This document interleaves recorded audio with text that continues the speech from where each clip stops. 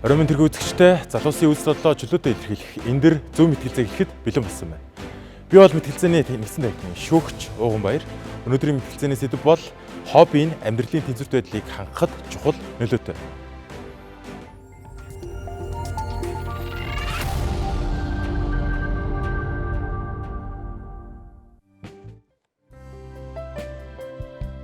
Орчин үеийн хурдацтай нийгмийн хөгжлийн нөлөөнд хүн бид ажил амьдралын хэм маягаас шалтгаалan олон янзын хариуцлагыг гэр бүл болон нийгмийн өмнө хүлээдэг. Үүнээс шалтгаалan сэтгэл зүйн хувьд ядаргаанд орж, стресс бухимдал нэмэгдэж, амьдралын тэнцвэр алдагдах нь илбэг болжээ.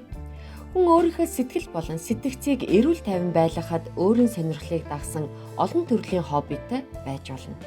Ингэснээр чөлөөт цагаа зөв болгосон өнгөрүүлэх, ажил амьдралын хоорондын тэнцвэрийг зөв хадгалахад сайн үр нөлөөтэй байдаг гэж үздэг нэг хэсэг байна. Харин хобби нь цаг мөнгийг ихээр шаарддаг тул амьдралын тэнцвэрийг алдагдуулах эрсдэлтэй. Хэтрүүлэн хоббидаа автах нь ажил, сургууль болон гэр бүлийн үүрэг хариуцлагыг орхигдуулах сөрөг талтай гэж үзэх нөгөө хэсэг бий. Амьдралын тэнцвэрийг зөвхөн хоббигоор бус эрүүл амьдралын хэм маяг, цагийн менежмент, санхүүгийн зохистой хэрэглээ зэрэг олон хүчин зүйлээр хангаж болно.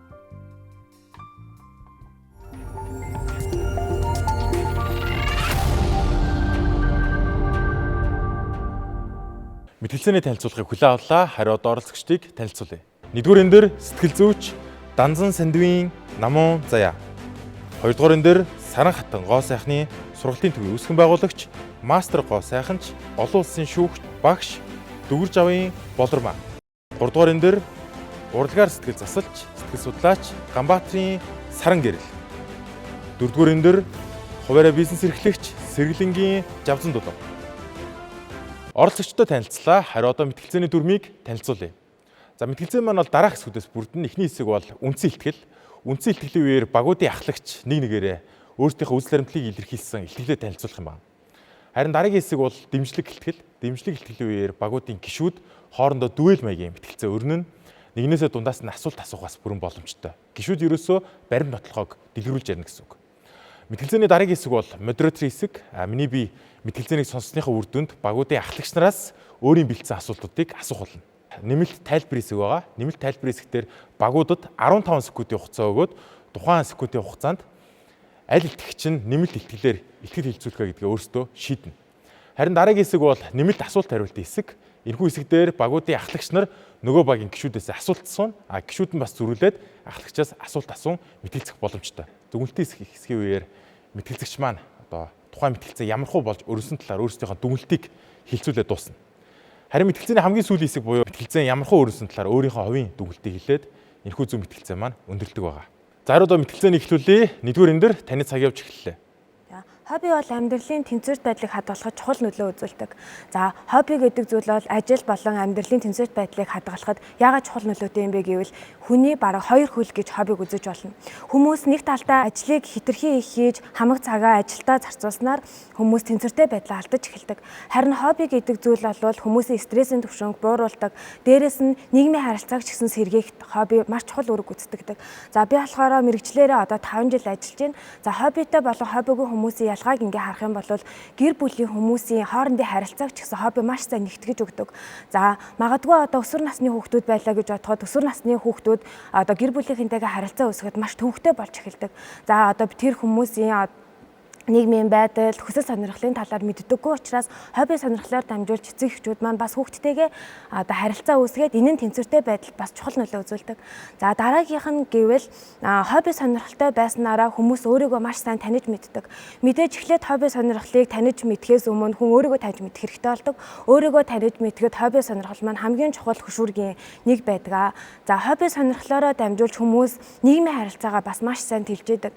Ялангуяа энэ дээр эмэгтэйчүүдийг дурдах юм бол ээж нар маш олон жилээр гэртээ сууж идэг. За гэртээ сууж явах явцдаа нийгмийн харилцаанаас маш их тусгаарлагдаж өөртөө итгэх итгэлгүй сэтгэл готрох явдал маш их гардаг. За харин хобби сонирхол гэдэг зүйл мар хин нэгнийг ямар нэгэн төвшөнд аваачиж тавьдаггүй. Хобби сонирхол гэдэг зүйл бол шууд нэг зүйл дээр нэгтгэдэг. Ялангуяа хүмүүс нэг сонирхлоо барьж аваа түүн дээрээ ахиц дэвшил гаргах үед хүмүүс өөртөө итгэх итгэл болон амьдралын чанар сайжирж байгаа мэдрэмжийг маш сайн авдаг. За судалгаагаар хоббитэй хүмүүс нь хоббигүй хүмүүс хоёрыг харьцуулах юм бол хоббитэй хүмүүс нь 25-аас 30%-аар сэтгэл санааны түвшин өндөр байдгаа, кортизолын хэмжээ нь бага байдгаа гэдэг судалгаа бас байдаг. За хобби гэхээр хүмүүс зөвхөн ямар нэгэн зүйлийг барьж аавна гэдэг. За хобби бол маш олон янз байж болно. Хүмүүс нэг хоббиг нөгөө хоббигоор сольж, за нөгөө хоббиг нөгөө хоббигоор өөрчилж бас болдог. Хобби гэдэг зүйл бол заавал баригдмал байх албагүй. Хүн амьдралынхаа туршид ямар нэгэн хоббитой байсан нь хөгшрөлтөөс хүртэл сэргийлдэг. Тархийг бас илүү залуулдаг байлгадаг гэж хэлж болно. Ер нь бол өдөрт хүмүүс хоббиндоо тодорхой хэмжээг зарцуулснаар тэр хүмүүсийн амьдралаас авах таашаалыг тодорхой хэмжээгээр нэмэгдүүлдэг. Хобби бол ер нь өөртөө гаргаж байгаа хамгийн том хайр юм болов гэж хоббиг боддог. Өөрийгөө маш сайн мэддэг, хобби сонирхолтой байж чаддаг. Тэгэхээр хобби сонирхолтой байгаа хүн бол амьдралынхаа тэнцвэрийг аваад явчих бүрэн чадaltaй гэж үзэж болно. За харин одоо Няцах багийн багийнхлагч буюу 3 дугаар эндэрт мэтгэлцээнийг үргэлжлүүлэх юм байна. Камерыг шилжүүлээ. Сайн мэцхан уу? Энэ мөчийн энэ өдрийн мэндийг хүргье та бүхэндээ. За энд мэтгэлцээнд оролцох болсон шалтгаан маань хүний амьдралын тэнцвэр маань хоббийн чухал байр эзэлдэг гэсэндээ хүний амьдралын тэнцвэрийг бол алдагдуулах өндөр боломжтой эрсдэлтэй зүйл байгаа. Яагаад тэгэхээр хүн юу ч хобби болгож болно. Хүн болгон тусдаа өөрийн сонирхолтой, өөрийн мотивацтай, өөрийн гэсэн нийгэмсэн соёлтой, дээрэс нь нэмээд өөрийн гэсэн сонирхолтой, тэгээд өөрийн гэсэн зүйлүүдтэй болохоор тэр зүйлийг Маслоугийн онолоор физикийн үндэснээс авч үзэх юм бол физиологийн хэрэгцээ, за тэгээд дээрэс нь аюулгүй байдлын хэрэгцээ, харьяалагдах хэрэгцээ, хүндлүүлэх хэрэгцээ, өөрийгөө идэвхжүүлэх хэрэгцээ гэсэн энэ хэрэгцээнээс ерөөхдөө дунд нь оролцож байгаа хэрнээсээ хобби нь илүү их давуу болоод ирэхээр амьдралын тэнцвэрээ алдах өндөр магадлал байдгаа. За сэтгэл судлал болон урлагаар сэтгэл заслаар энэ зүйлийг юутай жишээ зүйрлдэг вэ гэхээр ширээний дөрвөн хөл. За дээрэс нэмээд машины дөрвөн дугуйтай зүйрлдэг. За машины дөрвөн дугуй нь гэхэд юу байдаг? Одоо гэр бүл байна. Гэр бүл, эрүүл мэнд, за карьер, за тэгээд санхүү гэсэн энэ дөрвөн зүйлээр хамгийн түрүүнд номер 1-т олон улстай тэр зүйлийг баримталж явдаг. За энэ дөрвийн тэнцвэр нь алдагдахад хүний амьдралын тэнцвэр алдагдаж хоббиноос илүү давхаар амь эрсдэлт үйлдэлүүд гарч эхэлдэг. Тийм учраас хоббиг үнэлэхэд номер 1-т хамгийн чухал зүйл гэж манай баг бол үзэж байна. За дээрэс нь машины дөрвөн дугуй болонгод эрүүл мэнд, карьер мэргэжил, гэр бүл, санхүү гэсэн энэ дөрвдөр та өөрийгөө нэг дүгнээд үзээрэй. Миний санхүү ямар байгаа вэ? Миний гэр бүлийн харилцаа ямар байгаа вэ? Дээрэс нь эрүүл мэнд ямар байгаа вэ? Энэ дөрвийгөө би яг тогтвортой тэнцвэртэй авч явж чадж гин үү? Энэ зүйлүүдээ өөртөө шалгаад үзэхээр таны хобби гэдэг зүйлийг бүрдүүлж байгаа, энэ дотроос бүрдүүлж байгаа зүйл нь хамгийн чухал байна уу? Тэрнийхээ оронд би гэр бүлтэй цаг гаргасан дээр үү? Дээрэс нь карьертэй цаг зав гаргасан дээр үү те? Тийм учраас энэ зүйлүүдийг нэг хүн болгон шалгаад үзэхэд амьдралын тэнцвэр болоо өөрийнхөө карьерийг, өөрийнхөө гэр бүлийн уур амьсгалыг, нийгмийнхээ уур амьсгалыг илүү их бүрдүүлж, илүү их ажиргалтай амьдрах болов уу гэж би бодож байна. За тэгээд физиологийн хэрэгцээнээс хамгийн нэгдүгээр хобби нь олонгот өөрийгөө идэвхжүүлэх, өөртөө мотивац өгөх тал руугаа хобби бол явуулчихна. Тийм болохоор хамгийн сүүлд буюу хэрэглээний Маслоугийн онолоор хамгийн сүүлчийн хэрэгцээний онол болчихж байгаа. Тийм болохоор энэ хобби нь хамгийн сүүлчийн хэрэгцээ тул тийм учраас та энэ зүйлийг номер 1 тавих биш хамгийн сүүлд тавиад авч үзвэл илүү дээр болов гэж би бодож байна. За 3 дугаар эндэртээ баярлалаа. Харин одоо мэтгэлцээний дараагийн хэсэг болох дэмжлэгийн илтгэлийн хэсэг рүү оръё. За энэхүү хэсгээр бол хоёр гишүүд маань нэгнийхээ одоо илтгэлийг таслаад асуултаас асуух бүрэн боломжтой шүү.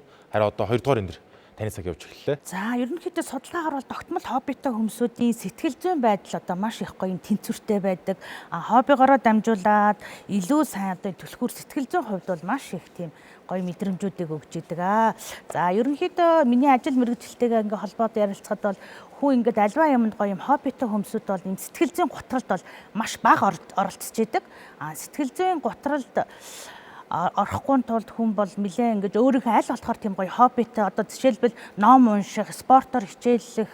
За тэгээд дээрэс нь өөрийнхөө дуртай хоббитой юмдаа илүү их тийм цаг завыг гаргаж ивэл хүний амьдралын тэнцвэртэй байдал их удаан хадгалагдаж тэгээ хүн аль болохоор гоё юм залуу эрч хүчтэй амьдралын одоо тэнцвэрт байдал удаан хадгалагдана гэж бодож байна миний хувьд. За 4-р өндөрлөө үргэлжлүүлээ. За миний хувьд хоббиндоо хит автах юм бол одоо санхүүгийн хувьд хүн нөгөө бусад ажиллаа хийж чадахгүй те цаг зав алдна. Дээр нь бас нөгөө бусад боломжуудаа олж харахгүй байх бас магадлал өндөр.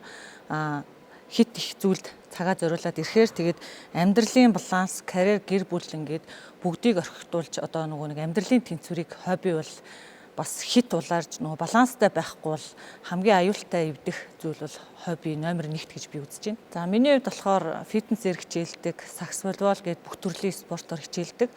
Тэгээд амьдралын явцад одоо нөгөө аль нь чухал вэ гэдэг үүднээс одоо хоббигоо, карьераа ч гэдэг юм уу ингээд баланслж ер нь авч явж чаддаг гэж бодож байна. Хоббины хувьд ингээд цаг зав зориуллаа. Арталд нь ингээд одоо миний хувьд болохоор 6 хүүхэд ээж байгаа. Тэгээд хит хоббиндоо улаарах юм бол цаана ажил мэргэжил, гэр бүл тэ цаг зарцуулалт гэдэг ингээд яг түрүүний хэлсэн бүх зүйл алдагдана. Тэгэхээр бас яг нөө фитнесээр хичээлж явах үедээ хүртэл би одоо аль нь чухал вэ гэд яг илүү карьераа сонгож исэн бас яг ийм бодиттой жишээ хүртэл миний амьдралд бас байгаа. Жишээ нь би болохоор хуваараа бизнес эрхэлдэг. Нэмээд бас олон улсын байгууллагт нэлээд идэвхтэй гишүүн BNI-гийн байгууллага салбарыг хөдөө орон нутагт бас үүсгэн байгуулад явж байгаа. Тэгэд яг Ар хангаа аймагт үүсгээд явж хахад би нийслэлийн аврагт орчоод улсын аврагт орох гээд яг фитнесээр нөгөө хоббиндаа улаарад явсан чинь нөгөө эрүүл мэндийн тэнцвэртэй байдал бас алдагдаж эхэлсэн. Тэгээд яг фитнес дээрээ толны өмнө зогсож жагаад за аль нь чухал вэ гэд ингээд салбар үүсгэн байгуулах одоо карьераа сонгож ирсэн. За баярлалаа. За 2-р өндөрлөө шилжээ. За миний хобби бол би одоо ингээ хүүхэд байхасаа л ингээ өөрийнхөө хобби сонирхлыг ингээ өсөл мөрөөдөлтөй ингээ бодож исэн. Тэгээ миний хувьд болохоор одоо хоббигоо яг амьдралдаа тэнцвэртэй хадгалж авч үзэх, яг хоббигоо амьдралдаа ингээ тэнцвэржүүлсэн. Тэгээд энэ маань юу байсан гэхээр багасаа би ингээд нэг хүүхэд байхын л ингээд ангийнхаа охтуудын хөмсөг одоо нүүрийг хомсог ингээд юм буддаг тийм сонирхолтой хоббитой байсан. За тэгээд яг ингээ амьдрал дээр гараад ирэнгүүт энэ хобби маань одоо яг миний энэ амьдралын одоо энэ гол одоо би одоо энэ ажилдаа бас нэлээд өөрийнхөө хүсэл сонирхлоороо ингэж орсон учраас энэ хоббидоо тулгуурлаад энэ амьдралын маань юм хэв маяг бүх юмнууд бол энэ хоббитой маань салшгүй холбоотой байсан. Тэгээд энэ мэрэгчлээ тэр олон жилийн хугацаанд одоо 28 жилийн хугацаанд энэ арьс орчилгаа гоо сайхныхаа багшийг хийж байна. Тэгээд хоббидоо үндэслээд давхар тэгтээ амьдралынхаа хэв маяг за өөрийнхөө хоббиндаа үндэслээд энийг бол тогтмол одоо энэ балансыг барайл одоо тэнцвэртэй л одоо амьдраад явж байна да. Тэгэхээр таны хувьд бол хоббигоор хүн ажил мэргэжил ингээ хөөгөөд явхад бол илүү ад жаргалтай байж чаддаг л гэдэг байж байгаа юм биш үү? Ерөнхийдөө 50-50% л да. Бас ар гэр амьдралынхаа бас тэнцвэрт байдлыг зохистой авч үлдэхгүй. Хитрхи миний хобби гээд бүх юмыг одоо ингээд цуг холбож бас болохгүй л дээ. Тийм тэгэхээр ерөнхийдөө эцсийн бариантд бол яг хобби маань байсан учраас энэ мэргэжлийг удаан олон жил өөр юу ч хувирахгүйгээр л авч үлдсэн л гол юм болов гэж би боддгийг. За баярлалаа. Хариу одоо 4-р өндөрлөө шилжүүлээ. Хоббиг бол ийм хөнгөн авч үзэх хэрэгтэй гэж би бодсон. Тэгээд нэгээс нөгөөр нь шилжүүлж болно. Нэгдүгээрт эрүүл мэнд тий бас яг ингээд надад бодит жишээ байна л та. Саяхан бас хоббигоороо тэмцээнд ороод хөлөө гимтээсэн тий. Тэгэхээр ийм баланстай юмыг байлгахгүй л одоо яг миний өвдөг ийм бэрхтэлтэй байж байгаа байхгүй юу. Тэгэхээр ийм одоо биеийнхаа эрүүл мэнд амьдралынхаа нөхцөл байдлыг харгалзаж үзээд хоббиг ер нь ийм амьдралын тэнцвэртэй баланстай байдлуудынхаа нэлээд ард нь тавих хэрэгтэй юм байна гэд одоо би бол үзэж байна. Яг өөрийнхөө бодит амьдралын туршлагаас гэх юм уу. 2-р энэ энэ тал дээр юу гэж миний хувьд бол яг хувь хүний бас хариуцлагын асуудал баг тий. Нэгдүгээрт одоо нөгөө хобби гэд хит их яг гэхдээ уул хүнийхээ хувьд болохоор хобби гэж байсан ч гэсэн тэгээд нөгөө өвдгөө гимтээсэн юм чинь одоо тэгээд одоо хувь хүний хариуцлагын асуудал юм болол гэж миний бодлоор бодож байна. Тань чинь нэмэрхүү асуудлууд гарч ирсэн үү? Хоббигоор хитрхийх яваад нэг юм асуудалд үүсчихсэн ч юм уу те? Үгүй миний амьдралын хувьд бол тэгэж хит их хоббигоо хөөснөр янз бүрийн эрсдэл бол одоогийн байдлаар бол гараагүй. Ямар ч гэсэн би болохдоо өөрийнхөө хоббиг яг амьдралтайгаа тавиалаад өөрийгөө ингэж бас хитрхи нэг юм руугаа туушрахгүйгээр тэнцвэртэй л авч үлдсэн болов гэж бод. Яг гоо сайхны охтуудыг бэлдээд ингээ яг ажил амьдрал дээр гаргаа явж хад хоббигоороо одоо 10 хэдэн жил үйл ажиллагаагаа явуулж байгаа өөрийн гэсэн салаан байгуулад за дээрэс нь олон улсын тэмцээнд ороод бас ингээд нэлээд мундаг олон улсын гранд мастер цолуудыг авсан шавнар зөндөө байгаа. Энэ дунд болохоор энэ хугацаанд 28 жилийн хугацаанд 3000 гаруй хүүхдүүдийг яг энэ мэрэгжилд ингэж эзэмшүүлсэн. Энэ хугацаанд бол яг үнэхээр хоббитой хүмүүсүүд нь яг үндсэн энэ мэрэгчлэрээ одоо ажиллаад явж байгаа нь одоо тэр хүний хобби, сонирхол, амьдралын тэр тэнцвэртэй байдал юм болов уу гэж миний хувьд бодож байна. За баярлалаа. Харин одоо 4-р өндөрлөө шилжүүлээ. Дэмжлэгт та ингээ өргөжлүүлээ явж болно. За тэгэхээр миний хувьд бас нөгөө нэг хоббиндоо хит автаад санхүүгийн хямралд ороод тэгээд бусад ажил одоо амьдралынхаа балансыг алдагдуулаад явж байгаа юм хүмүүсийн бодит жишээг харж ирсэн. Тэгэхээр яг одоо манай багийн зүгээс бол эрүүл мэнд, гэр бүл, карьер, санхүүгээ шийдчихэд ийм хоббиндоо автах нь ерөн зөв гэж бодож байна. Тэгээд мэдээж хөнгөн маягаар хүн хоббитой байх нь зөв. Тэгээ гоо сайхны жишээний хувьд бол угаасаа нөгөө эрсдэл арай багтай гэж үзэж байна. Би болохоор нөгөө өөрөө экстрим спортуудын хувьд одоо тантай мэтгэлцэж хэлсэн байгаа шүү. За тэгэхээр асуулт байна. Таны хувьд өөрөөр би ингээд өөр зүйлийг хийгээ явсан бол илүү амжилттай байх тийм боломж байсан гэж одоо бодож исэн үе байгаа юу? 2-р эндрийн манийхаа цаг дууссан ч гэсэн 4-р эндрийн цагийг бас ингээд шеэрлээд хамтаа ашиглаад ингээд явчих уу? Тэгээ. Байгаа. Энэ маань болохоор би яг 10-р ангид төгсөөд хуулийн сургууль 1 жил сурсан. Энэ хугацаанд би одоо миний яг хүсэл сонирхол бол би мөрдөн байцаагч юм уу? Тийм яг цагдаагийн тийм ажилчин хуулийн мэрэгчлээ болъё гэсэн тийм миний нэг хувь хүний онцлог бол юмд аливаа юм тийм гярхаа ханддаг. Нэг хүнээ харсан бол анддаггүй, нэг аливаа амийг мартдаггүй, сандаггүй нэг тийм нэг миний сэтгэл зүрхэнд бай. Тэгэхээр нэг талдаа тэр маань бас байсан бол одоо нэг хуулийн ажилтан болсон байсан болов уу гэж дотроо боддгийг. Тэрнээс бол одоо өөр төрлийн хоббинууд бол зөндөл байна л да. Одоо ууланд алхах, фитнесээр хичээлэхээсээ илүү кардио дасгалуудыг хийж одоо амьдралынхаа тэр одоо ажлынхаа ачааллыг бол дандаа тийм хоббигоор стрессийг тайлах тэр бүгдийг бол хийдэг. Өдөр тутам дадал болгоод амьдралдаа ингээ хоббигоо тал бүрлүүл одоо ингээ хувилуулаад байж энэ да. 2 болон 4-р эндэртээ маш их баярлалаа. Харин одоо мэтгэлцээний дараагийн хэсэг болох модераторын хэсэг рүү оръё. За миний хувьд бол багийн ахлагч нараас асуулт асуух байгаа. За хамгийн ихний асуулт бол 1-р эндэр буюу нотлох талын ахлагчаас асууя. За хамгийн ихний асуулт. За та deep work гэдэг одоо зохиолыг бас мэдэх бах. За энэхүү зохиол дээр юу гардаг вэ гэхлээр одоо судалгааны ажлын ном гэх юм уу да.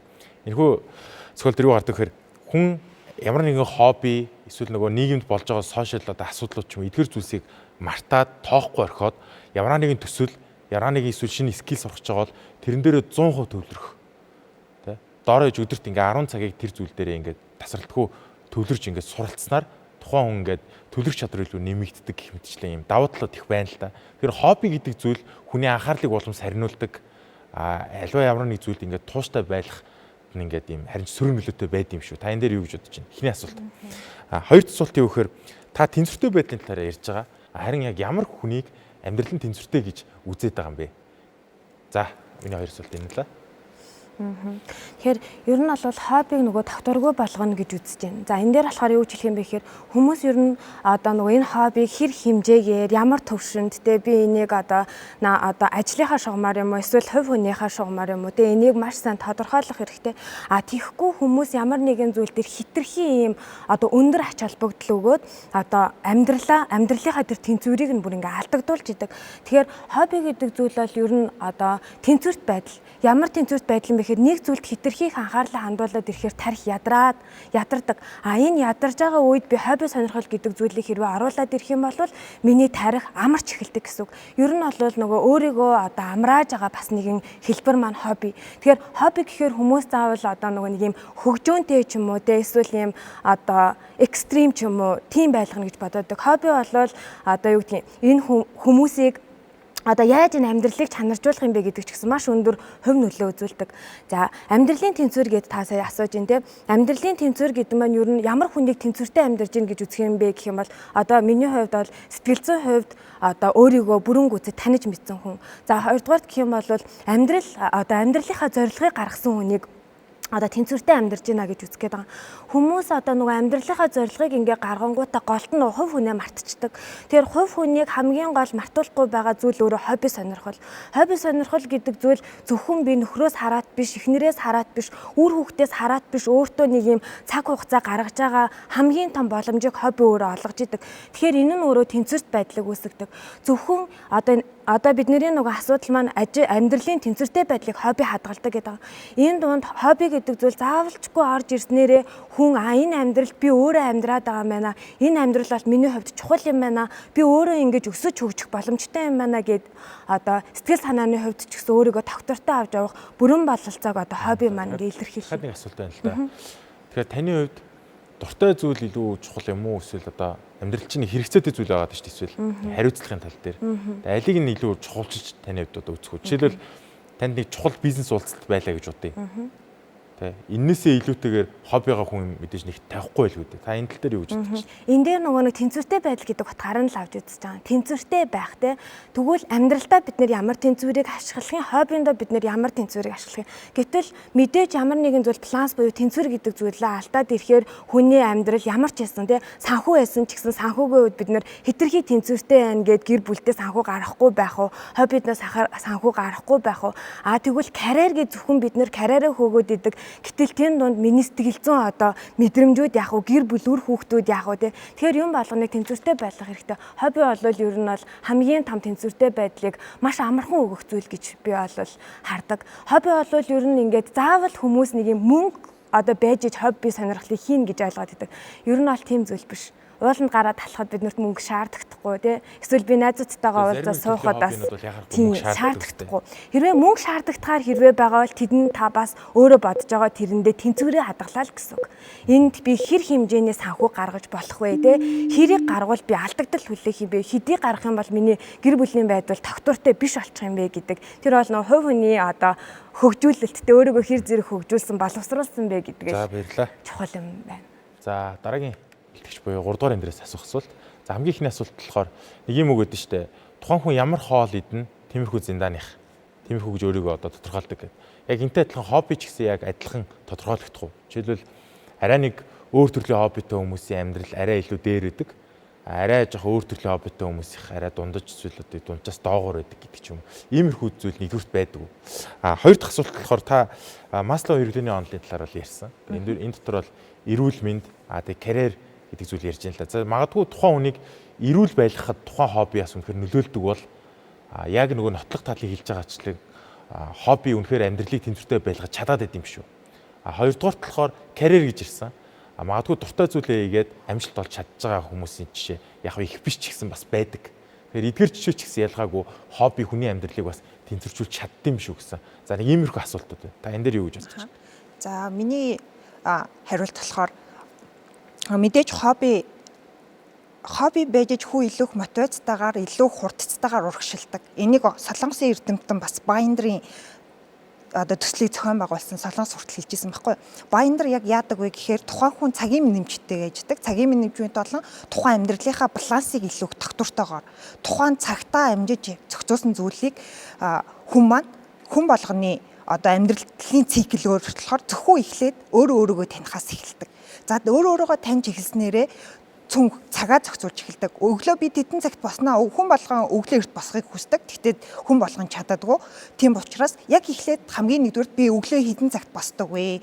Өдөр орой хэдэн цагаас унтдаг вэ гэдэг зүйлүүдийг таньж мэдснээрээ тэрнийхээ дараанаас ахуулаад тухайн хүний өөрийнх нь сонирхол болон хобби илүү их тодорхойлогдож эхэлдэг. Тэр учраас судалгаагаар энэ зүйлүүдийг хобби бол хүний амьдралд зүгээр нэмэлтээр мотивац болгож орж ирдэг учраас хоббиг хамгийн түрүүнд номер 1 тавих нь нэг чухал биш шүү гэдэг зүйлийг хүртэл олон улсад түгэж соёл болгож явуулж байгаа.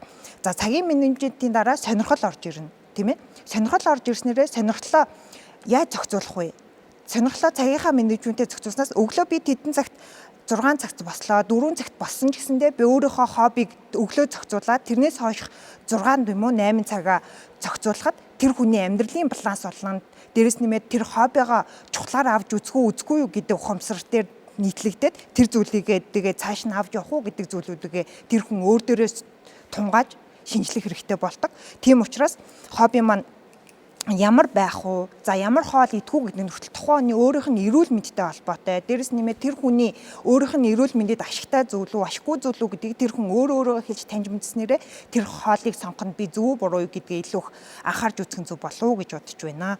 За тэгээд одоо хобби гэхэд хамгийн үнэтэй болон хамгийн их цаг зардаг алдартай хоббинууд бод гольф тоглох, за дээрэс нь хамгийн кайфтай тоглоом. Тийм учраас гольф дээр одоо хувийн өөрийн гольфын төвтэй болёо гэхэд газар хэрэгтэй, дээрэс нэмээд хэрэгсэл хэрэгтэй, тухайн хүмүүстэй харилцах хэрэгтэй, дээрэс нь хамгийн төвлөрөл хэрэгтэй цаг удаан оролцсон. Тийм учраас цаг дээр баян нарын авж байгаа зүйл нь цаг дээр ажиллах менежмент явагдаж байгаа учраас хамгийн удаан цаг авдаг тоглолт учраас энэ тоглолтыг ер нь бол та өөрийнхөө сонирхол болон нийцүүлсэн ч гэсэндээ хоббинийхаа нэн тэргүүн тавьж болохгүй шүү. Амьдралын балансаа тэнцвэржүүлэх гэдэг дээр илүү их тусгаж үзээрэй гэсэн утгаараа баян нарын Солонгос эрдэмтэн маань илүү их санал болгосон байдаг. Тийм учраас та нар маань бодож үзээрэй. Хамгийн нэгдүгээр та өөрийнхөө таньж мэдээд амьдрал чинь хэр зэрэг төвшөнд явж байгаа вэ? Амьдралын төвшөнгөө би хаана хүрэх гэж байгаа вэ гэдэг тэр зорилгоо тодорхойлсноор хүмүүс маань амьдралаа илүү их тэнцвэртэйгээр авч явах болов уу гэж бодож байна.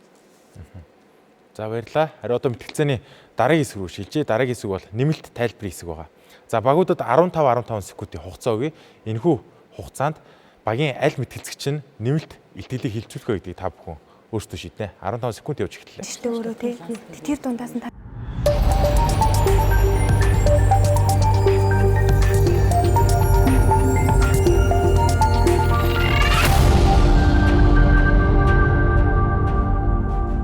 За нэмэлт тайлбарын маань бодох хугацаа дууссан байна.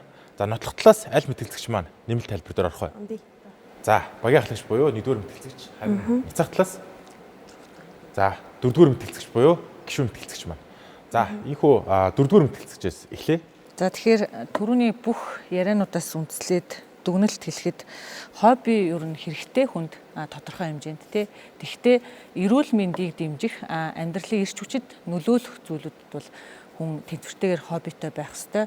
Харин хитрвэл угаасаа нөгөө санхүүгийн хувьд, карьерийн хувьд, гэр бүлийн хувьд одоо бүх амьдралын тэнцвэрт сүргээр нөлөөлнө гэдэг суурин дээр бол би бат зогсож байна. За тэгэхээр одоо нөгөө хобби гэдэг байгаа шүү дээ. Тэгэхээр би болохоор нөгөө таны яриаг сая ингээд сонсонгууд өмнө нь одоо энэ та нэг хоббигоор хичээлсэн байж тээ. Тэн дээр нөгөө алдагдал хүлээсэн байгаа шүү дээ. Тэгвэл та хоббигоор хичээлж эхлэхдээ өөрөөсөө би энэ хоббигоор хэр их хэмжээнд явах вэ те? Хэр их хэмжээний зарцуулалт гаргах вэ гэж өөрөөсөө асууж үзсэн үү? Тухайн үед асууж ирсэн үү гэж юу? Тийм. Юу бодож үзчихсэн үү? Хаа хүрэхээ мэдчихсэн. Тэгээд яалтчгүй яг нөгөө нэг дунд нь өөр юм хариуцлагатай байдлыг шаардсан ажил байсан учраас хобби чухал биш юм байна гэж. Гэхдээ нөгөө хариуцлагатай байдлыг шаардсан гэж штэ тэ. Тэгэхээр та бодож үзэхдээ тэр хариуцлагатай байдлаа бодож үзээгүй юу? Миний хувьд болохоор нөгөө маш олон зүйлийг зэрэг хийдэг. Тэгээд тухайн тэмцээнд бэлдэж эхэлсэн байхгүй. Тэгээд тэр үед бол нөгөө тэр ажлын төлөвлөгөө байгаагүй учраас тэр үед яг нөө тэр ажилтай бол уялдуулж бодоогүй ч гэсэндээ хоббигоороо хаа хүрэхээ ер нь мэдээд эхэлсэн гэсэн үг. Тэгэхээр та ер нь бол хоббигоо орхисон байна те? Хоббигоо орхих гэхээсээ илүү нөгөө аль нь чухал вэ гэдэг баланстай байдлаа хангах үүднээс хоббигоо. Гэхдээ одоо нөгөө та тэр юуг ингээ орхисон ч гэсэн танд ямар нэгэн хобби одоо ч гэсэн байгаа л үсттэй. Байгаа. Тэгэхээр ер нь бол одоо нөгөө хобби сонирхол гэдэг зүйл төр эхлээд бүгдээрээ нөгөө нэг тэнцвэртэй байдал, амьдралын тэнцвэртэй байдал гэдэг байгаа. Тэрнээс эрүүл мэнд болж чухал биш те, санхүү болж чухал биш. Хобби өөрөө тэнцвэртэй байдлыг илэрхийлдэг гэдэг. Бид нэр хоббитой байснараа ажилласаа түр завсарлага авах боломж хобби гаргаж ирдэг. Тэгэхээр мэдээж та миний энэ хэлж байгаатай санал нийлэх үү? Одоо түр завсарлага авах боломж гаргаж ирдэг. Хобби байх хэрэгтэй ч гэсэндээ нөгөө аль нь чухал вэ гэдэг ийм хоббиг заавал нэгдүгээр зүрхэнд тавих шаардлагагүй. Тийм амьдралын тэнцвэр учраас эхлээд амьдрал тэгээд хобби хоёулангийн одоо нөгөө би хамгийн түрүүнд хэлэхдээ ер нь бол хүний хоёр хөл юм байна тий. Нэг нь бол хобби байх юм байна, нэг нь бол ажил байх юм байна гэдэг байгаа байхгүй. Миний хувьд болохоор үгүй. эрүүл мэнд, гэр бүл, карьер, санхүүгээд хобби бол мэдээж нөгөө эрүүл мэндийг дэмжих төвшөнд бол хүнд ихний ээлжинд бол нөгөө нэг байх хэрэгтэй. Тэгээд амьдрал бүх юм баланстай, тэнцвэртэй болоод ирэх юм бол түрүүний гольф ч гэдэг юм уу те ингээд ийм мөнгө санхүү их орсон хоббиг бол хүн давхар явж явах нь зөв. Гэхдээ хамгийн чухал нь одоо амьдралын тэнцвэртэй байдал. Тийм. Тэгээ тэнцвэртэй байдал гэхээр ер нь амьдрал гэдэг байгаа шүү дээ. Бид нарт бүгдэнд нь амьдрал байгаа. Ер нь бол ингээд одоо би ер нь 5 жилийг тасралтгүй зөвлөгөөж ажиллаж байгаа. Зөвлөгөөний сэтгэл зүйч. Тэгэнгүүт энэ одоо энэ олон жилийн дунджаас ингээ харахаараа хүмүүс хитрхийн нэг талыг барингуудаа хобби сонирхлыг бүр ортоос хайж байгаа хүмүүс орж ирж байгаа байхгүй. Тэгээд ортоос хобби сонирхлыг хайчаар юу бол одоо гэхээр хүн өөрийгөө хайчаад байгаа. Тэгэхээр хобби гэдэг зүйл байснараа хүн өөрийгөө хаяхгүй байх бүрэн боломжтой байна гэдгийг би ингээд маш их хардаг. Дээрээс нь сүүлдээ хүмүүс юу гэж ярьдаг вэ гэхээр яана одоо би хүүхдээ хобби сонирхолтой болгомоор байна сэтгэл зүйчээ яах вэ гэж асуудаг байхгүй. Тэгээ би тэрэнд юу гэж хариулдаг вэ гэхээр тэгвэл та өөрөө хобби сонирхолтой болоо гэв. Одоо ингээд бид нэр ингээд ажиглах юм бол одоо юу гэдгийг дуучны хүүхэд дуучин тий зураачийн хүүхэд зураач ингээд дамжаад байдаг те. Тэгэхээр хобби бол биднэрт биенд бас ингээд халдварлах юм байна л да. Мэдээж хоббигийн тэнцвэр алдагдаад тэгэхээр бид нэр санхүүгийн хувьд алдагдал хүлээж эхэлж байгаа. Дээрээс нь сэтгэл санааны хувьд ч гэсэн тогтворгүй байж эхэлж байгаа. Тэгэхээр энэ донд бүгдээрээ нөгөө хоббигоо яг ямар тэнцвэрийг баримтлах юм бэ те. Би яг ямар хоббиг хийх хүн юм бэ? Би одоо жишээ нь хүн бол олон хоббитай шүү дээ. Тэгэхээр олон хоббитай байж болно. Тэгэхээр би аль хоббигоо хэр зэрэг хэмжээнд авч явах юм бэ? Энийг нь цаашлуулад, энийг нь аашлуулад гэдэг бол ер нь бол хүний хувь хүний өөрийн хөгжлийн тэгээ дээрэс нь би бас нөгөө нэг сая танаас асууя гэж бодож ирсэн юм юу юм гэхээр заавал нөгөө нэг хоббин дээр нөгөө санхүү мөнгийг их гаргана гэдэг байгаа байхгүй. Одоо жишээ нь ахлагч болонгод нөгөө гольфийн одоо талбайтай болно гэж ярьж байгаа. Тэгэхээр яг үнэндээ нөгөө нийгмийн давхрах гэдэг зүйл байгаа байхгүй бид нарт. Гэтэл магадгүй энэ донд гольф тоглож үзчихсэн хэр их агаан бол гэх юм бол бид нараас те энд нэг хариулт гарч ирэх байхгүй. Тэгэхээр хобби гэдэг зүйл бол ерөөсөө битгий томоор авч үзээсэй гэж би ингээд бас одоо хүмүүст ингээд зөвлөмөр байна. Яа гэвэл хобби бол жижигхэн зүгээр би гадаа гараа тэнгэр ширтгийг хоббигоо болгож бас болно. Тэгэхээр танд яг юу хэрэгтэй вэ? Тэрнийг таны хобби өгж явах юм бол таны амьдралын тэнцвэртэй байдлыг маш сайн хадгалж чаднаа гэж би бол хэлмээр. За манай нөгөө багийн ахлагчийн үед болохоор нөгөө зөвхөн жишээ авч хэлсэн. Хүн яг нөгөө бүх тэнцвэрээ хангасныхаа ард нь ийм ямар ч ийм одоо их мөнгө орсон хоббиг хийх боломжтой тий бүтээх. Тэгэхээр миний хувьд болохоор хүүхдүүдээ ингээд маш олон зүйлээр хичээллүүлдэг. Тэгтээ нөгөө нэг өөрөө ингээд бас яг үлгэрлэх ёстой гэдэг үднээс тэгтээ хит хоббиндаа автахгүйгээр ингээд баланстайгаар хоббинуудаа цаг зав гаргаад явдаг. Уулан далхах тий спортоор хичээллэх, бүжгэнд явах ч гэдэг юм ингээд яг маш олон хобби байна. Тэгтээ энэ бүхний хамгийн чухал нь одоо түрүүний ярьсан яг амьдралын баланс байгаа байхгүй юу. Тэгээд манай хүүхдүүдийн хувьд бол яг ингээд нөгөө ээж нь ингээд хобби чухал биш. Эхлээд ийм баланстайгаар аль хүүхдээ юу руу дур сонирхолтой юу руу явуулах уу гэдэг үүднээс одоо 6 хүүхдийг бол нэг 4-5 өөр төрлийн спорт ч юм уу те ингээд хоббинуудаар нь ингээд хичээллүүлээд явж байгаа. Тэгэхээр хобби чухал ч гэсэндээ одоо нөгөө амьдралын баланс те одоо хобби бол мэдээж тодорхой хэмжээнд байх хэрэгтэй. Тэгэхээр энэ донд бас нөгөө танаас дахиад нэг юм асууж үзмээр байгаа байхгүй.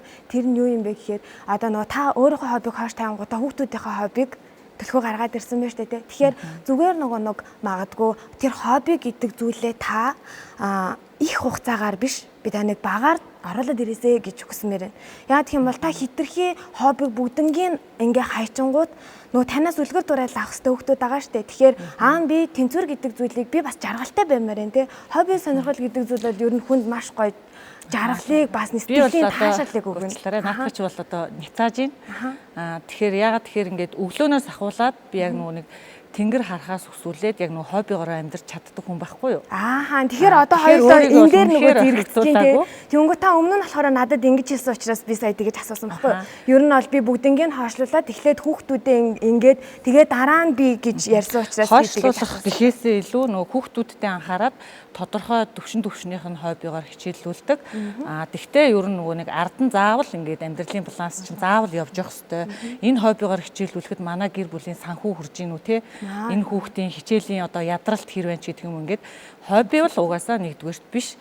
эхлээд төлөвлөж иж араас нь энэ тодорхой хэмжээний хобби явах хэрэгтэй гэдэг байр суурин дээр бол Тэгээ нөгөө хобби болвол яг нэгдүгээрт гэж одоо нөгөө би бол хэлэг байгаа. Зүгээр хобби болвол амьдралын тэнцвэрт байдал чухал нөлөөтэй гэдэг эхлэхэд өөрөө тэгж хэлсэн болохоор яг тэр нөгөө нэгдүгээр гэдэг үг одоо надад яг тод үлдсэн байна л да. Хобби сонирхол гэдэг зүйлээ ерөнхий бол тэгвэл амьдралдаа хобби сонирхол гэдэг зүйлийг орж ирүүлэх нь одоо чухал нөлөөтэй гэдэг бол хүлээн зөвшөөрж байна тийм ээ. За хариу одоо нэмэлт асуулт хариултын хэсэг эхлэх гэж байна. 2 болон 3 дугаар эндрийн асуулт хариулт хэсэг байгаа. За гишүүн нас зөрүүлээд ахлагчаас нь асуулт асуух бүрэн боломжтой. За 2 дугаар эндэр таны цагийн явж эхэллээ. За хоббигоо амьдралын тэнцвэрт байдалд хадгалахын тулд чухал нөлөө үзүүлдэг яг юу байна вэ гэдгийг асууя. За амьдралын тэнцвэрт байдлыг хадгалахын тулд хамгийн нэгдүгürt мэдээж хэлсэн шүү дээ. Гэр бүл, за тэгээд дээрэс нь гэр бүл болон санхүүгийн байдал, эрүүл мэнд хамгийн нэгдүгürt номер 1 хүн эрүүл байж иж энэ амьдралдаа аж аргалтай болон эрүүл мэнд байгаагаараа хүний амьдрал өөрийнхөө бүтээн байгуулах нөөц боломжтой илүү их тулгуурлан ажилладаг. Тийм болохоор өөртөө байгаа нөөцөө ашиглахын тулд эрүүл байх ёстой. За эрүүл байснараа гэр бүлдээ болон нийгэмдээ өөрийнхөө карьердээ ч гэсэн эрүүл мэндтэй их хувь нэмэр оруулдаг. Тийм учраас хамгийн нэгдүгürt эрүүл мэнд гэж бодож байна. За тэгээд тийм учраас одоо өөрийнхөө тэнцвэрийг хадгалахын тулд эрүүл мэнд, гэр бүл, карьер, санхүү гэсэн энэ дөрвөө тэнцвэртэй байлгаснараа л илүү хүний амьдрал аж аргалтай болно. Дээрээс нь хобби бол одоо минийхаар бол тавт орчод байна шүү дээ хойшоогоо. Таны хувьд бол гоо сайхан шүү дээ тийм ээ. За тийм учраас багаасаа ахуулаад энэ салбар руу ерөөд бол хөлдөрсөн байх нь шүү дээ тийм ээ. Тэгэд энэ амьдрал таны хувьд таны амьдралд илүү их эргээр нөлөөсөн болоод хоббигоо болгосон гэж би ойлгож байна. Энэ зөв үү? Зөв. Ерөнхийдөө бол миний хобби байсан учраас би энэ мэргэжлээ тасралтгүй ажиллаад амьдраад одоо хүүхдүүдийг сургаад энэ мэргэжлээ өөртөө байсан мэддэг мэдээллүүдээ илүү хүүхдүүдэд түгээгээд давхар өөрөө суралцаад тэгээ хобби болгоод одоо ингэж ажиллаж амьдраа явж байгаа. За ойлголоо. За харин таны гэр бүлд энэ хобби маань хэр их нөлөөлж байгаа вэ? За миний гэр бүлд энэ хоббигоо одоо яг ямар байдлаар нөлөөлж ийн вэ гэхэд би ч өөрөө давхар 2 охинтой, 1 хүүтэй. Охтууд маань болохоор яг энэ мэрэгжлийг би багаасаа ингээд хийгээд яг ингээд намайг хараад өссөн учраас одоо адаглаад манай бага охин бол ингээд нүүр будах, хөмсгөө одоо цэвэрлэх, дээрэс нь арьсаа яаж арчилах вэ? Өдөр өглөөний арчилгааг бол айгүй сайн хийгээд за дээрэс нь би энэ дээрээсээ давхар одоо зөвхөн арьс арчилгаа гэхээсээ илүү эрүүл зөв амьдралын хоол ямар чухал хүний амьдралд одоо сэтгэл зүй ямар байдаг энэ бүгдийг би их бага хэмжээгээр хүүхдүүдэд үлгэр дуурайл үзүүлдэг. Одоо жишээлбэл өглөө эрт босоод адаглаад арьс ус гоё байхын тулд заавал хүн өглөө үлдэн дээрээ сайхан ус ууж амьдралын тэнцвэртэй байдлыг авч явахын тулд одоо шингэн зүйлээ зөв хооллох, за дээрэс нь дасгал хөдөлгөөн хийх энэ бүгд чинь бас ингээд энэ яалтчгүй энэ арьс арчилгаа, эрүүл амьдралын хэм маяг энэ бүгд маань бас хүүхдүүдийн манд арьс арчилгаанд маш чухлаар нөлөөлдөг. Гэр бүлд маань ч гэсэн маш их чухал нөлөө үзүүлдэг байгаа. За энэ таны одоо хобби эрүүл мэндтэй ямар холбоотой вэ? Дээрээс нь нэмээд карьертэй чинь ямар холбоотой вэ? За дээрээс нь санхүү чинь ямар холбоотой вэ? Энэ зүйлүүдэд сөргөөр нөлөөлж байгаа зүйл байгаа юу? За энэ зүйл дээр бас сөргөөр нөлөөлж байгаа юм одоохондоо бол байхгүй байна. Би энэ бүгдийг яг тэнцвэртэйгээр авч яваад байгаа юм шиг санагддаг.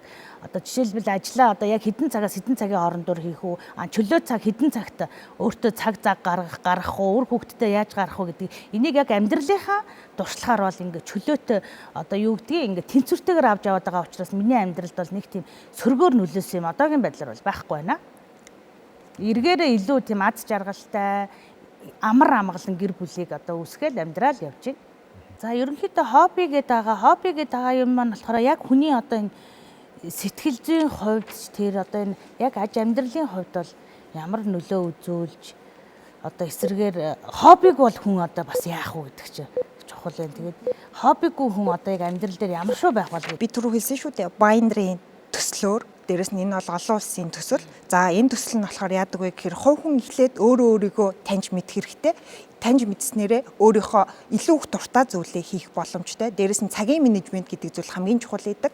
Тэгэхээр одоо гоо сайхны ертөнц болон бос зүйлд хэрэг цаг зарцуулж байна вэ? Энэ зүйлдээ гэр бүл болон эрүүл мэндтэй хэрэг цаг зарцуулж байна вэ гэдэг утгаараа үнэхээр та энэ зүйлүүд энэ одоо гэр бүл эрүүл мэнд гэсэн номер хамгийн бест 2 энэ хоёр номер дээр хамгийн их цаг зарцуулж та амьдрал дээр илүү их аж аргалтайгаар илүү их урт удаан наслах боломжтой. Хүн ер нь явж хамгийн сүүлд урт удаан наслах зүйл дээр тунж үлддэг юм билээ. Энэ амьдралыг би биеэрээ тулаад гар дээрээ 3 4 хүү хүртэл энэ бурхны оронлог үдлээ. Тийм учраас карьер биш хамгийн нэгдүгээр хамгийн хэрэгцээ буюу эрүүл мэнд гэр бүл гэдэг хэрэгцээг хамгийн нэгдүгээр тавих нь зөв болов уу гэж бодож байна. 2 болон 3 дугаар энтертэй маш их баярлалаа. Нэмэлт асуулт хариулт хэсэг маань үргэлжилж байна. Харин одоо 1-р эндэр болон 4-р эндрийн маань нэмэлт асуулт хариулт хэсэг үргэлжлэнэ. За энэ удаа 1-р эндрэс эхлэе. Хэрвээ таны амьдралаас хобби гэдэг зүйлийг ортос аваа хайчвал та юу болно гэж бодож байна? Миний амьдралаас хобби гэдэг зүйлийг зөвхөн таны ч гэлтгүй өөр хүүхдийн чи ер нь л ингээл амьдралаас хоббиг ингээ бүр ингээ авчвал арай өөр зүйлийг хайнда. Өөр зүйл нь ч гэсэн магадгүй нөгөө хобби үндсэн дээр, сонирхол үндсэн дээр хийх үү?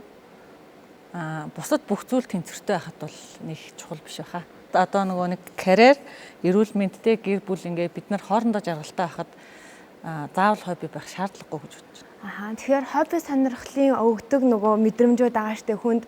Одоо чинь та хобби сонирхлоороо зөндөө удаан хичээлсэн бас хүүхдүүдэд явуулдаг хүн бэ штэ. Тэгвэл энэ хобби сонирхол гэдэг зүйл хүнд хэр зэрэг хэрэгтэй юм бэ? Таны хувьд юу гэж боддог вэ ер нь?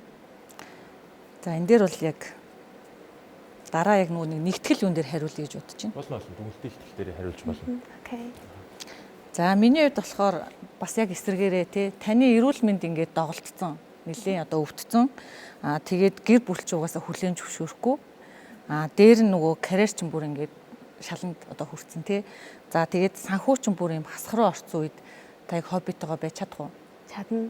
Яагаад би ийм нөгөө нэг одоо итгэлтэйгээр хариулж байгаа вэ гэх юм бол хобби сонирхол бол ер нь хүн өөрөө өөрийгөө олоод мэдсэн, таниад мэдсэн тохиолдолд ямар ч зарлахгүйгээр гарч ирдэг зүйл бол хобби байдаг. За тэгвэл та яг одоо бүх юм ингээд дооцсогт байгаа юм чи ямар 3 хоббинаас эхлэх вэ?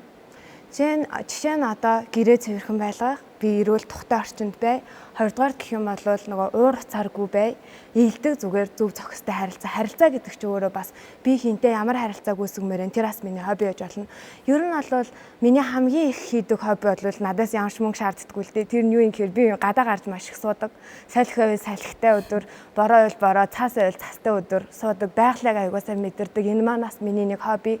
Тэгэхээр хобби гэдэг зүйлийг хэрвээ бид нар одоо ингэ хийх гэж байгаа бол эхлээд өөрсдөө маш сайн таньж мэдэх хэрэгтэй. Энэ хобби надад бүр үнэхээр гоё юм байна. Энэ бол надад ямар ч аюулгүй хобби юм байна. Тэгэхээр заавал нөгөө нэг аюултай хоббиг сонгоол өөрийгөө бүр ингээ санхүүгийн алдагдалд оруулаад тэ бүр эрүүл мэндийн хувьд одоо чинь юу гэдгийг хитрхийн нэг зүйл рүү ингээ улаарад тэнцвэрээ алдаад хобби руу ингээ хоббич тэр ерөн санхүүч тэр ажилч тэр хитрхийн нэг зүйл рүү ингээ улаарах юм бол угаасаа юу алдгийг бид нар бүгдээрээ мэдж байгаа. Тэгэхээр амьдралын тэнцвэр гэдэг зүйлийг хадгалаад бид нар амьдралаач тэр ажиллаач тэр хоббигооч тэр ингээ бүгднийг хамтан зэрэгцүүлээд аваад явах нь амьдралын тэнцвэртэй байдалд ерөн чухал үүргийг гүйцэтгэдэг. За мөнгө гардаггүй хобби гэдгийг хэр их олон хүн мэдэх бол? Тэгэхээр мөнгө гардаггүй хоббиг хэрвээ та одоо таны амьдралын боломж бодлолцоо одоо муу байгаа бол өөрөөсөө асууж тэрнийг одоо олж гаргаж ирнэ гэх юм уу? Тэгэхээр ер нь бол нөгөө хүмүүс амьдралыг тэнцвэртэй байлгахын тулд өөрөө өөрийгөө л ер нь жоохон чагнах хэрэгтэй. Тэгвэл би өөрийгөө зовох хоббигоор яах юм бэ? Тэ би өөрийгөө жаргалтай байлгах хобби байж ич одоо тэрнийг бид нар илүү гой хүлээж авч тэрний одоо утга учирыг нь мэдэрч чадна. За 1-р эндрийн маань цаг дууссан байгаа. За харин одоо 3-р эндэрт бол одоо үлдсэн хугацааг нь шилжүүлээ. За баярлалаа. За манайх болохоор хобби нь ерөөхдөө хобби байсан ч гэсэндээ одоо нөгөө 10 юм байлаа гэхэд хамгийн 10 дахь хобби бол байх ёстой гэж үзэж байна. За тийм учраас хоббигоо та хоош нь тавиад хамгийн нэгдүгээр өөрийнхөө гэр бүлийн байдал, за тэгээ санхүү, мөнгөтэй, сэтгэл зүй янз бүрийн асуудлуудад энэ бол хувь хүн болгон өөр байдаг. Тийм учраас энэ зүйлүүдгээ хоош нь тавиад үнэхээр хамгийн нэгдүгээр өөрийгөө яг юу гэж боддог вэ? Тэгээ дээрэс нь цаг ашиглалт хэр вэ? Энэ хобби маань хэр их цаг үрдэг вэ? Цаг их үрэх тусмаа тэр хүний амьдралын баланс, за дээрэс нэмээд тэр хүн ямар зүйлд анхаарал төвлөрж байгаа вэ гэдг нь хүртэл олон улсад шинжилгээгээр гараад ирсэн байдаг. Тийм учраас энэ хоббигоо та цагаар хэмжүүл хэр их хугацаа орох вэ гэдэг зүйлийг хамгийн нэгдүгээрт өөрөөсөө асуугаад үзээрэй. Тэр яадаг учраас та өөрийнхөө хоббиг болон өөрийнхөө аль төвшөнд хүрэж байгаа вэ? Тэгцгээс 10 хүртэл явхад надад хэр их хугацаа орох вэ? Энэ зүйлүүдийг хэмжиж үзснээрээ илүү их та хоббигоо сонгох уу? Дээрэс нь нэмээд үнэхээр би амьдралдаа илүү түлхүү хэрэгтэй зүйлээ сонгох уу гэдэг дээр илүү их цаашдаа бодогдох болов уу гэж бодож байна. Тийм учраас та бүхэн маань хобби гэдэг зүйл яг юу вэ миний хувьд гэдэг зүйлийг өөрөөсөө асуугаад үзээрэй гэж бодож байна. За 3 болон 4 дугаар эндэр 1-р эндэрүүдэд маш их баярлалаа. Дэмэл асуулт хариулт хэсэг маань энэ хүрээд өндөрлсөн байна. Харин одоо мэтгэлцээний дараагийн хэсэг буюу дүгнэлтийн хэсэг. За дүгнэлтийн хэсгийн хамгийн ихний ихтгэлийг хилцүүлнэ үү юм ээ. 4-р эндрийг урьж байна. За таны цаг явж эхэллээ. За миний хувьд болохоор өнөөдөр яг энэ эндэр дээр нөгөө өөрийнхөө эсрэг зогсож үзлээ. Тэгээд маш их сонирхолтой байлаа. Бас нэг өөр өнцгөөс хобби гэдэг зүйлийг бас харлаа. Тэгээд амьдралынхаа яг явцад нөгөө хамгийн их хоббигоороо хөглөгдөж ирч хүч авч дараагийнхаа зүйлийг хийж явдаг хүн. Тэгээд эсрэг өнцгөөс харна гэдэг бол бас сонирхолтой байлаа. Тэгээ бас нэг дүгнэлт нь болохоор хоббиндоо хит автахаар ингээд ямар их хор уршигтай гэдгийг би яг нөгөө хүний өөр хоббин дээр ийм дүгнэлт гаргаж тооцоо гаргаж үзчихсэн. Тэгээд тэрийг бас эргэж харах боломж олдлоо. Тэгээд хобби бол хүнд байх хэрэгтэй. Тэгээд хоббигоор хүн мотивац авч дараагийн одоо зүйлүүдийг хийдэг. Тэгээд эсэргээрээ ингээд нөгөө нэг сэтгэл готролч гэдэг юм уу те маш олон зүйлээс хобби хүнийг одоо хамгаалдаг. Тэгэхээр бүгдөө хоббитэй байгаарай гэж хэлье. За 4-р эндрийн мэтгэлцэгчтэй маш их баярлалаа. За харин одоо дараагийн дүгнэлтийг хилцүүлнэ юм ээ. 2-р эндэр таныг урьж байна. За энэхүү мэтгэлцээний хүрээнд одоо хобби бол хүний амьдралын тэнцвэртэй байдал хадгалахдад бол чухал үүрэг нөлөөтэй юм байна гэдгийг багийнхаа ахлагчтай ингээд энэ хилцүүлэгт орсондоо дүгнэлээ. За ер нь бол одоо цаашдаа яг миний хувьд бол энэ өөрийнхөө гоо сайхны арьс арчилгааны одоо энэ сургалтаа ингээд хичээллүүлээ. Цаашдаа ингээд олон хүүхдүүдийг ингээд ажил мэргэжилтэй болгож хүүхдүүдийг цааш нь өөрийн гэсэн карьертай болгож байгаад миний бол одоо сэтгэл дүүрэн явдаг. Миний хувьд бол тэгээ цаашдаа илүү сайн ингээд энэ чиглэлээр хоббигоо одоо ажил мэргэжилтэйгээ холбоод илүү сайн хүүхдүүдийг сурч мэдж өөрийн гэсэн хоббитэй, өөрийн гэсэн сонирхолтой, өөрийн гэсэн ажил мэргэжилтэй болгоход нь илүү сайн тусал дэмжиж явахыг бол бодож байгаа. За 2-р эндэртэй баярлалаа. Харин одоо дараагийн дүгнэлтийг хилцүүлнэ юм ээ. 3-р эндрийн мэтгэлцэгчийг урьж байна. За таны хувьд мэтгэлцэн ямар хуу болж өрнөө?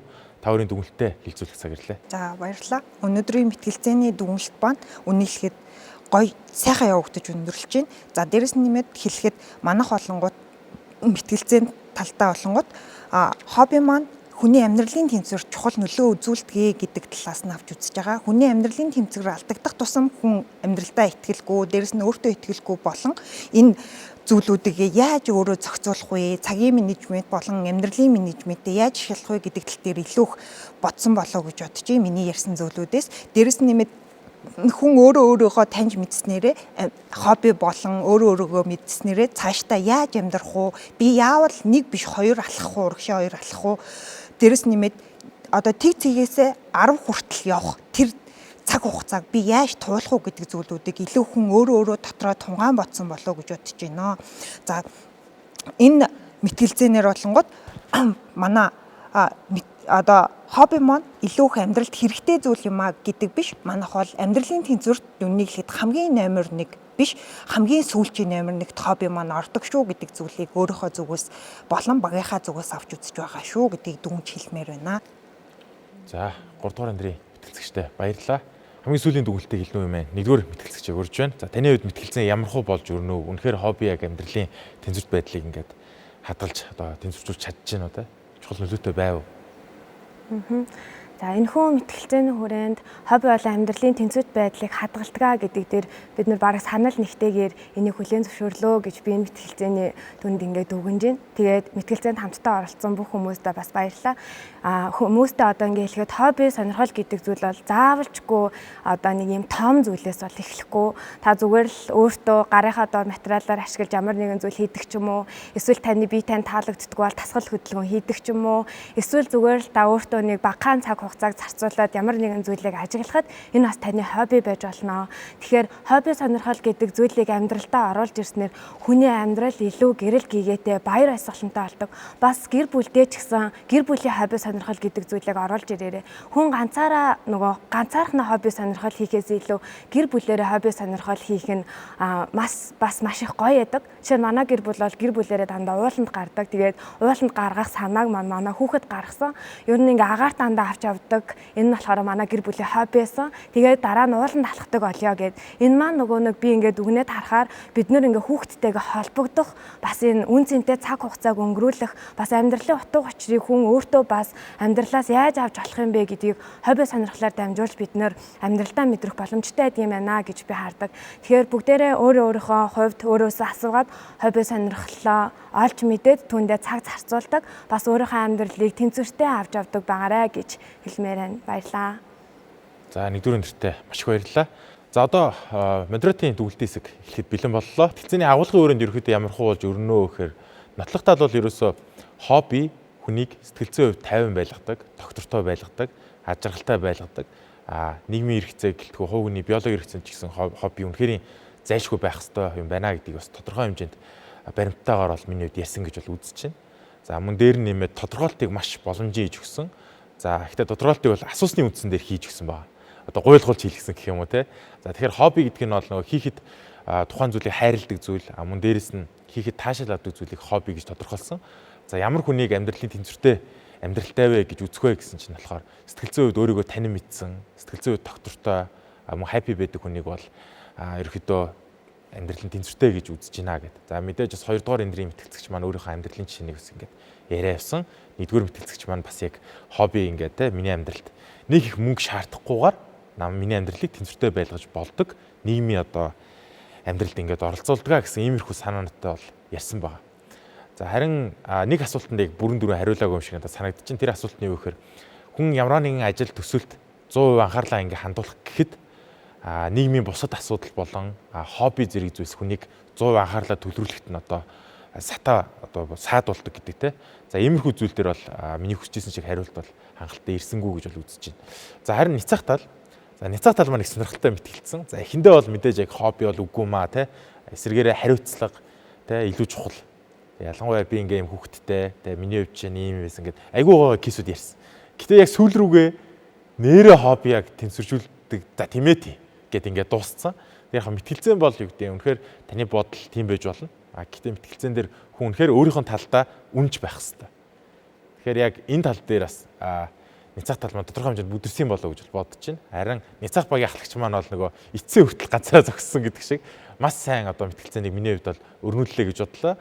За мэдээж няцаах талаас ярьсан ерөнхий санаанууд бол Маслоугийн хэрэглээний онолыг бол ерөнхийдөө ярьлаа. За энэ дотор бол эрүүл мэнд, карьерийг илүү голчилж ирсэн. Гэтэ бас миний асуусан нэг асуултанд бүрэн дүрэн хариултыг өгч чадаагүй гэж бодож байна. Тэрний ямар асуулт гэсэн бэхээр тухайн хүн хоббигоороо өөрийнхөө эрүүл мэндийн асуудлыг магадгүй шийдэж болж байна. Тухайн хүн хоббигоороо одоо карьераа дэвшүүлээд ингэ явж болж байна. Энд дээр та юу гэж бодож байна те? Хобби бол яхаарахгүй хүний амьдралд ингэ карьер эрүүл мэнд талаас нь ч гэсэн эрг нөлөө их байна штэ гэд. Тэнгүү нөгөө талаас хоббигоороо ингэ би хичээлээд ингэ бэртэл гэмтэл авсан гэд арай тохиромжтой жишээ өгн ярьсан боловч энийг бас яг гоё ингэ дэлгэрүүлж бас яриагүй юм шиг санагдлаа.